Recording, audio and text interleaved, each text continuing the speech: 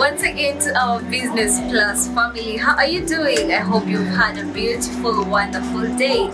Now, today I'm really looking forward for this. We'll be meeting a young lady, an entrepreneur who's venturing into the fashion industry, and she's doing very, very well. We're live on MBCI TV Facebook page. On the comment section, you can leave your feedback, tell us everything that you want us to know. Even if you have questions, we will be answering all of that. Now, today is very interesting. This is the Business Plus.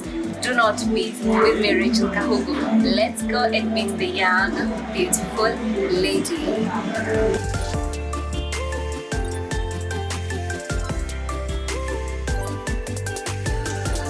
Yeah, so I'm here with Jane Wanjiru, a very young entrepreneur, and today I'm looking forward to learn a lot, as well as making you learn a lot, because as you say, business is more that meets the eye. Jane, hi. Hi. How are you doing? I'm fine. Nice meeting you, finally. Nice to meet you too. Yeah. Wow, so what are you doing? I am What's currently working on the collar for this shirt. Alright. Yeah. Okay. Yeah. Wow. Alright, so you made these prints. So this is a Mandarin or Chinese collar, which is normally known as a Chinese collar. So it's a pre-made pattern that helps me cut easily and faster before I put in the shirt. So there's one over there that's already done, so you can have an idea of what I'm Alright. Wow, so you don't have to keep repeating the same thing, you just have something that you've done already for it. Exactly. That's why I prefer using patterns, because it makes work so easy and faster, saving on time. Yeah. You've told me you're supposed to deliver this today. Yes. Alright.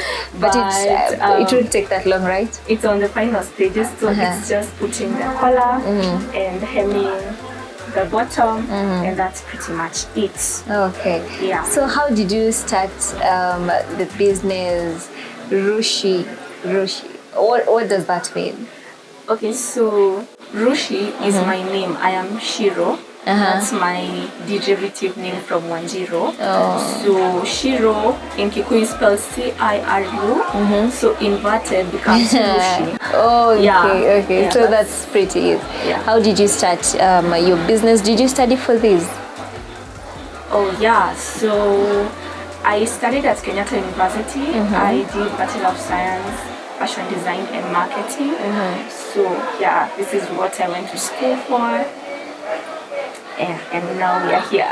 But it's what you love doing? Yes, it's a passion, as well as it really makes me happy to see how happy people are when they are dressed in new clothes. Yeah, whenever I have fittings and someone is so happy, it gives me joy and purpose and reminds me why I love doing what I do. So what you're wearing, you made that for yourself? Yes, I did. How long did it take? I really can't remember, because it's a long time ago I made this. But yeah, it was just one afternoon. I got inspired, I sketched out something, and I wanted something with dramatic sleeves, so yeah. So that was your idea?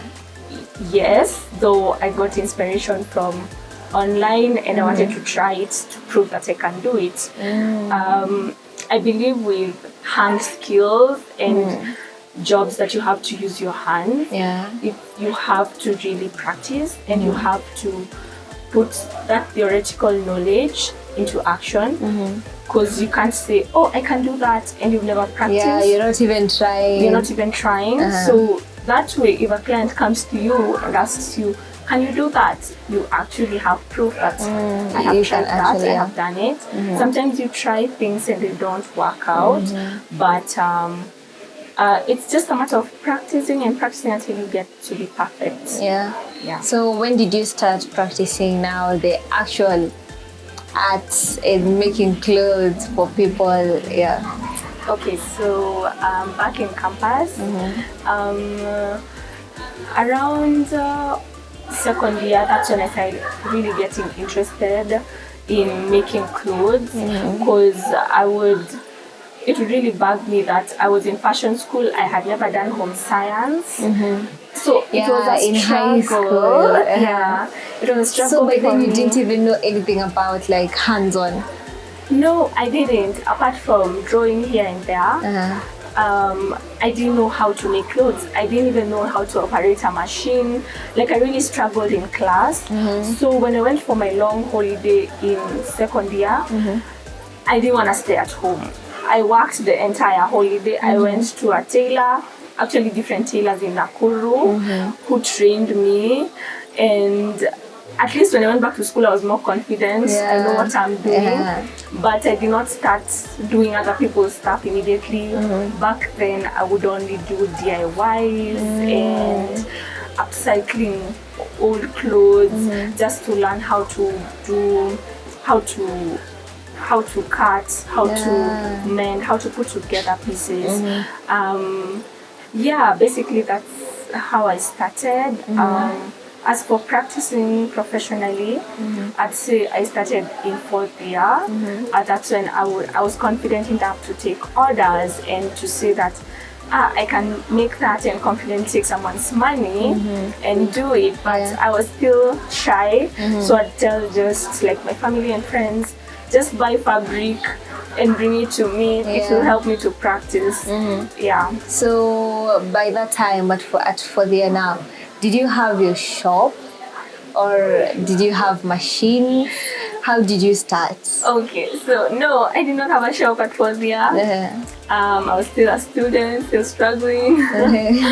So, but I had a machine, and then I got gifted another one. So like at least I had two heads of machine. One was manual, the other one was electric. So I was able to, plus in school we also had good machines that we could use. So in fourth year I only had machines. I would work from my bedroom. I started out working in my bedroom for the longest time, even when I started the online shop, like because I opened an Instagram page for my business. So like I would operate from my bedroom. Yeah, there were fabrics everywhere. I would push people around the house to cut. It was always chaotic, but yeah. Wow. So how has it been for you with marketing online? You said you started with the online shop. And most of the people say that marketing online, sometimes it doesn't bring customers. People don't trust you. Nowadays, especially with trusting online shops, it becomes very hard. So how was it for you that you had an online shop but you didn't have anywhere specific or a physical shop? Okay, so it was tough, to be honest. There were so much skeptics. Like so many people did not believe that I could deliver. But luckily I had so many referrals. Not so many exactly, but family, friends here. Someone says something to something, asks. So I thought it would be wise if I opened an online platform so that I can be sharing my work. What you've done. So that even people can build the confidence when they come to my page. They see, oh, she did this for this one, she did this. So online, penetrating the online market is pretty hard. But at least now, with time, people are learning, oh, Rushi is doing this, she's good at what she does, so people are getting more and more confident. All right. So apart from the online platform, your Instagram page, and now being here physically, what are maybe other forms of marketing that apart from you'd advise someone who's just getting into such a business to go into? I'd say referrals. Referrals are big when it comes to fashion. Especially not once or twice I've been told by a client, someone stopped me at the mall, I gave them your number, and that's how I got myself a new customer. There's also TikTok. TikTok is also a platform where people are just open to new ideas. People are open to like trying new things. I started posting on TikTok just out of sheer like people are getting on TikTok, so let me try this TikTok thing. And I've gotten customers from TikTok, which is shocking. More customers from TikTok than Instagram. Wow. So there's actually something that's happening on TikTok.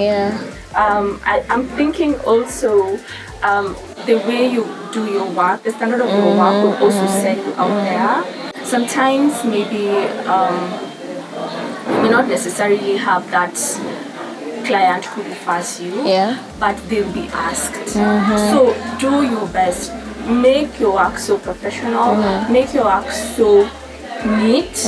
That way, even the client does not have to speak. Your work speaks for itself. And I've seen you so specific with what you do. Like even just cutting the pieces, it's so specific. So that means you really have to be good at what you do when it comes to fashion. Thank you. All right.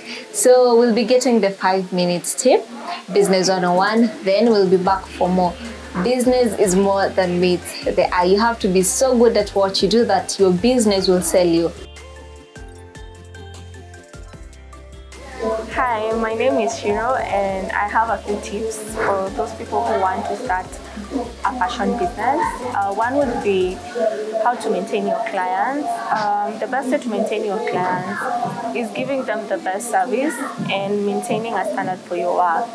Ensure that you're giving each and every piece you work on, each and every project, give it your all, and treat each and every client respectfully.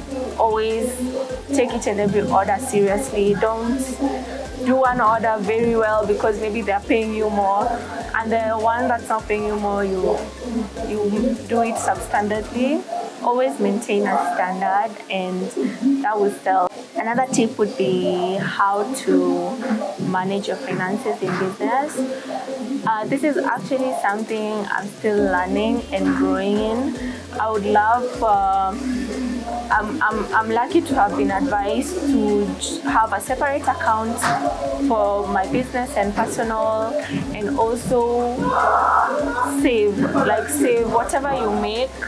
Ensure you are saving, ensure you are separating your finances, ensure that you're also in a circle. That really helps, so that you can also, if you have future plans to expand your business, having a good circle and a good standing in your circle will really help you in accessing funds, which also brings me to the next point, how to get funding. I know having a creative business may not be the easiest, but one way you can access funding is applying to programs like the British Council. Ensure you are looking out for such programs. This Fashionomics Africa, keep on try and apply. Keep improving your work so that they can also see your growth and give you the opportunity to fund you. Those are some of the ways that I can advise you on how you can access funding. Also, try to access ways you can learn how to run your business.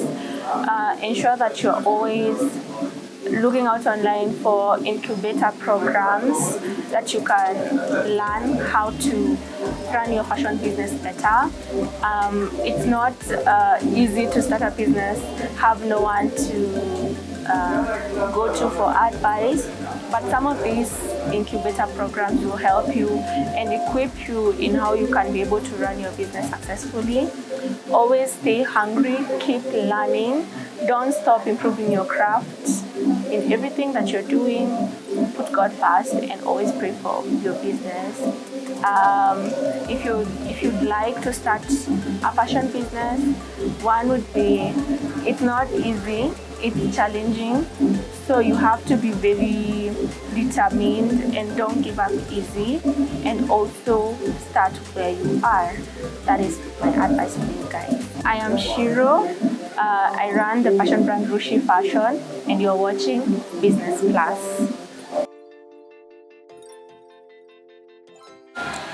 Thank you so much for the business tip. I know that if you're in such a business, now you know what to do, and you know that it's not just about fashion and just doing anything that you want to do. If you want it to bring money and sell you, then you have to be really perfect at what you do and follow everything in your umeambiwa. So now you've finished making the order and everything is set. We go to packaging. Yeah. When you're delivering for your customers, unawapelekeanga tu ama there's a special way that you do it? Okay, so I have branded bags where I put orders from very tiny. And it also has your contact, so it's also a way of selling yourself. Yeah. Yeah, there's that type, and for very big orders, I have bigger bags. Okay. So I'll put the orders here and also tags to ensure that I leave my mark on the clothes. Oh, so these tags unaziweka kwa the clothes that you've made? Yes. Okay. Yes, so that they are not to be rushy. Oh. Yeah, wherever that person goes, wherever in the world they may travel to, they'll always know they have a made in Kenya product in their closet. Wow. Okay. Yeah. How did you get the idea? Because most of the people just work and it's perfect, then that's just it. Yeah. After that, you can't even know who made this for you. Then you'll have to start asking. How did you get the idea? Okay, so it's part of just branding your business and how professional you want your business to look. So for tags, I've been wanting tags for the longest time. So last year, I came across a post and I got to have someone print those for me. They're not the best quality. I want better, like cotton, very nice. But I'm working towards that so that I can be able to leave my mark in those clothes. Sometimes you make something very nice. A client promises you, they'll send you a photo. You'll never see the photo. You'll never see. But that tag, that cloth goes with a piece of me. And I always know, even if they don't send that photo, it will always be rushi. Like that's rushi. Yeah. Wow. So, but you start from somewhere, and for someone who's starting up, watu wanasemanga, oh, I don't have enough money to do this. What can I do? You've told me you just started with 2 machines. But for someone who's starting, hana your machine at the moment, how much capital, around how much do I need to start such a business?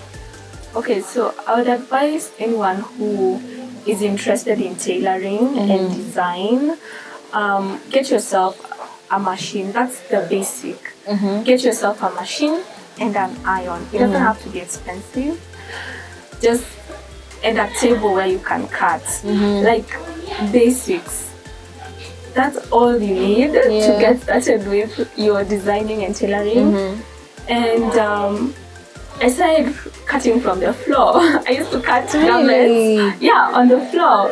It's not a dirty floor. It's clean. I still cut big pieces on the floor. Like you just have to be able to start. And I think the most basic thing you need to get yourself a machine. Even if it's manual, even if it's electric, whatever you can afford. Manual machines start, I think, at around 13,000. I don't know. You can get that machine and get started. Start practicing. And make it perfect. So you can just start from where you are. You don't have to have like 150,000, 1 million. There's no point of overthinking it. Like everything I have has been over the years since campus, just collecting things. If it's fabrics, collecting fabrics. Like having a machine was basic because of assignments in school. So we were forced to have our own sewing machines to make work easier so that you're not always having to go to school to work. So you can do it from home. So I think just having a machine and having the passion, if you're willing to learn to tailor, you put in the work. True. All right, and now with Rushi, what do you do to make sure that your fashion line is very unique? Because nowadays we have a lot that's going on, and many things are coming up, especially the fashion design companies. They're really coming up. So what do you do to make sure that you remain relevant? Okay, so for me, one thing that I'm very passionate about is recycling and upcycling. I'm a big advocate for sustainable fashion. Most people don't know about this, and that's why I always say whenever I'm given a platform, I talk about it. So some of my fabrics you can see in the display from here are from Tumba. So I take these Tumba fabrics that I get when I see a unique print. I'll go buy it and make something beautiful out of it and sell it. Wow. We know that textile waste is one of the biggest polluters of our world. Like, it's one of the biggest polluters of our environment, and we need to take care of our environment. And I would urge each and every person in the fashion industry to take it as their own initiative to recycle, upcycle. You don't have to always make clothes with new fabrics. You can always go buy those which are being resold. The same way we buy Mtumba, you can use your Mtumba fabrics and make beautiful pieces. This is recycled fabric. Oh, really? Yeah. It's so beautiful. This I bought in Gikomba. It is just an old cutting, and you What make do you something mean? out of it. Wow. It was for a project I did in school, and so many other pieces in the rack that are recycled. So I think moving on, I'm thinking a lot more of how I can incorporate sustainability in my brand to make my brand even more unique. Wow. Wow. And now, nowadays you have a lot of tailoring shops, but we know that this is not just any normal tailoring shop. And when someone walks in, you need to prove that this is not just a tailoring shop. How do you do that? Aesthetics. I tried my best with what I had to create a space where I felt when people come in here, they'll feel like they are not in a normal tailor shop, like they're in a designer space. So I also, I ensured I made it aesthetic and made sure the display is clear, people can walk in, have time to go through the fabric, select, see what they like. I think investing that extra investment has also proven that people come here and they ask me, because they come in, they are shocked, they're like, "Una Shona, do you take repairs?" Obviously I say no because of time, but sometimes I do. But most of the time people come in and they instantly sense the difference. So I think that's something that's true. helped with. So with the way things are changing and even how people wear clothes, the styling of clothes, things are really changing with the fashion industry. How do you keep up with the trends? And after some time, people want to look like the traditional way. After some time, wanataka kuka totally different. How do you know what's the trend, what's trending, and make sure that you keep up with it? Okay, part of my sustainability plan for Rushin is working small. So currently I work on made to order basis, which means I only make pieces when a client, custom pieces, when a client comes to me, I tailor make them according to their body, their size, their shape, everything. I advise them. So when it comes to that, I know sometimes clients have events.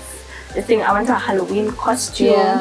So you're able to give them exactly what they want. So I think that's the way I deal with it, because I'm able to be flexible with my model of my business. So I'm able to do according whatever the client wants. So for now, you deal with orders. You make what you've been told to make. All right. And do you advise them maybe choose colors or prints for them? Ama ni kenye mtu anakuja nayo, that's what you work with? Okay, so part of being a fashion designer, you also help in the styling and also advise clients according to their body type, their body shape. You can't lie to a client, this will look good on you and it will look good on them. But at the end of the day, like, you have to also listen to what the client wants and incorporate the idea into whatever you're advising them with. Most of my clients come to me when they are clueless because they know I'm a designer. They're like, that's your job. Me, I don't know what I want. So you have to choose everything for them. Yeah, most of the time I'm always here researching and going back and forth, telling them, okay, so this is what I found. This is the inspiration I'm going with. I advise you to go with this, don't go with this. Because most of the time you find clients are clueless of what they want and you have to be there to help them and advise them. So as a designer, you have to make sure you're on the internet, research. A lot of time. All right. So what would you tell someone who's just coming up, who's started such a job or wants to get or venture into such a business? Okay, so my first advice would be start where you are and also take your time to learn from other people. I gained quite some experience from school time and also throughout, like, after school, interact with other designers, research on the internet. Sometimes you may not have the opportunities to work with a designer you look up to, but work with other people. Like, listen from others, know what other designers are doing. Go on the internet, go on Instagram, whoever you look up to, go on their page, see what they're doing. Mostly just keep learning, never stop learning and growing your craft. So you have to keep up and know who you're looking up to. All right, thank you so much. I believe that you know what you're looking for now. So if you just want to venture into such a business, it's so easy. Start from where you are. Whatever you want to do, you can get money from it, right? You can make a living out of it. Just make it unique and do what you love doing. This has been the Business Class. My name is Rachel Kahugu. Meet you in the next episode. I hope that you have learned something because business is more than meets the eye.